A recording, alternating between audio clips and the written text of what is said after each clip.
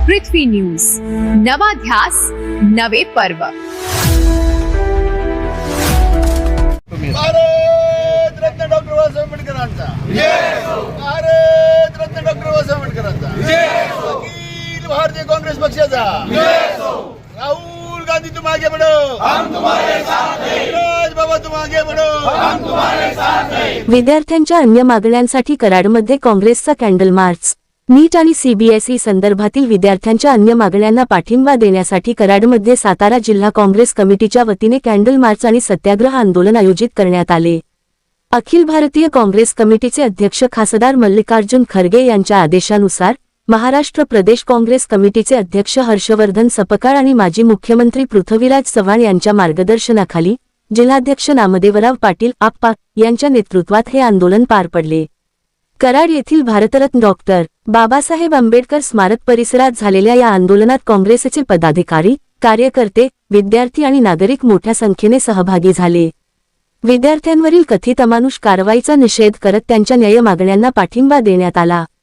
गेल्या 36 दिवसांपासून नवी दिल्लीतील जंतर मंतर येथे विद्यार्थी शांततापूर्ण आंदोलन करत असून त्यांच्या संघर्षाला काँग्रेस पक्षाने सुरुवातीपासून पाठिंबा दिल्याचे यावेळी सांगण्यात आले।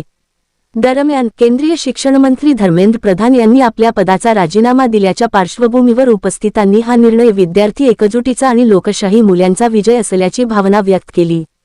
यावेळी काँग्रेस पदाधिकाऱ्यांनी सांगितले की विद्यार्थ्यांच्या भविष्याशी संबंधित प्रश्नांवर कोणतीही तडजोड होणार नाही। शिक्षण व्यवस्थेत पारदर्शकता, उत्तरदायित्व आणि विद्यार्थ्यांचा विश्वास कायम ठेवण्यासाठी केंद्र सरकारने तातडीने आवश्यक निर्णय घ्यावेत, अशी मागणी करण्यात आली।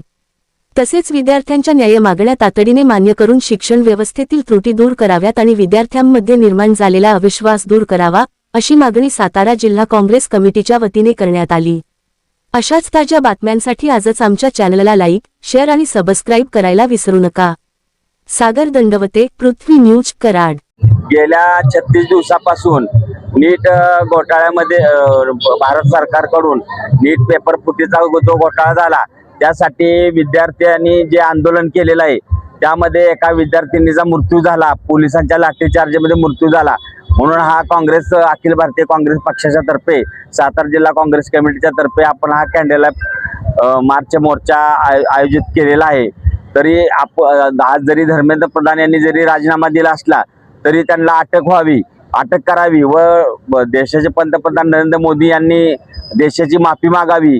जो विद्यार्थ्यांचा छळ केला आणि त्यांच्यावर जे काही केसेस गुन्हे घातलेले आहेत ते पाठीमागे घ्यावे, यासाठी आज कॅन्डल मार्चचा आपण आयोजन केलेलं आहे। आणि आम्ही ह्या मोर्चातून भाजप सरकारचा निषेध करत आहोत।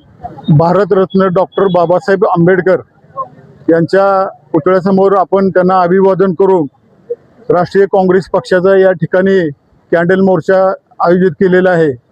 आमचे जिल्हाध्यक्ष नामदेवराव पाटील, तसेच कराड शहराध्यक्ष अमित जाधव, सर्व युवक काँग्रेसचे कार्यकर्ते, महिला काँग्रेसचे सर्व कार्यकर्ते, तसेच आपले जिल्हा परिषद सदस्य माई या ठिकाणी सर्व आलेले, पाटण तालुक्यातून व परिसरातून आलेले सर्व काँग्रेस पक्षाचे सेलमधले सगळे ओबीसी संघटनेचे अध्यक्ष संजय तडाके सर्व या ठिकाणी आलेले आहेत।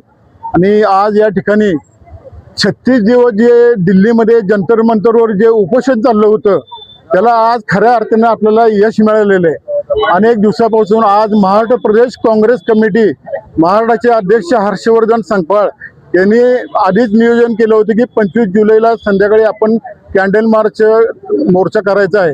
आणि त्या पद्धतीने जरी आज धर्मेंद्र प्रधान यांनी राजीनामा दिला असला तर तो खरा विजय विद्यार्थ्यांचा आणि ज्यांनी पाठिंबा दिला या देशातून त्या सर्वांचा विजय या ठिकाणी आज झालेला आहे। लोकशाहीचं संविधान डॉक्टर बाबासाहेब आंबेडकर यांनी जे केलेलं आहे त्याची खरी आज आपल्याला लोकशाहीमध्ये आज न्याय मिळाला असं मी तर म्हणतो।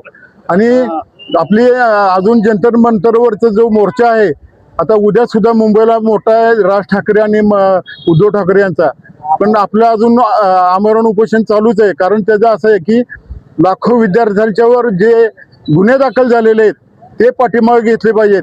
आणि ज्या महिलांना मारहाण झालेली आहे, एका मुलीचा मृत्यू झालेला आहे, अशा बऱ्याच लोकांवर काही अधिकाऱ्यांनी अन्याय केलेला आहे, अमानुषपणे भाजपने या ठिकाणी गुंड आणून मारहाण केलेली आहे, त्यांच्यावर कारवाई व्हायला पाहिजे अशी सर्वांची मागणी आहे।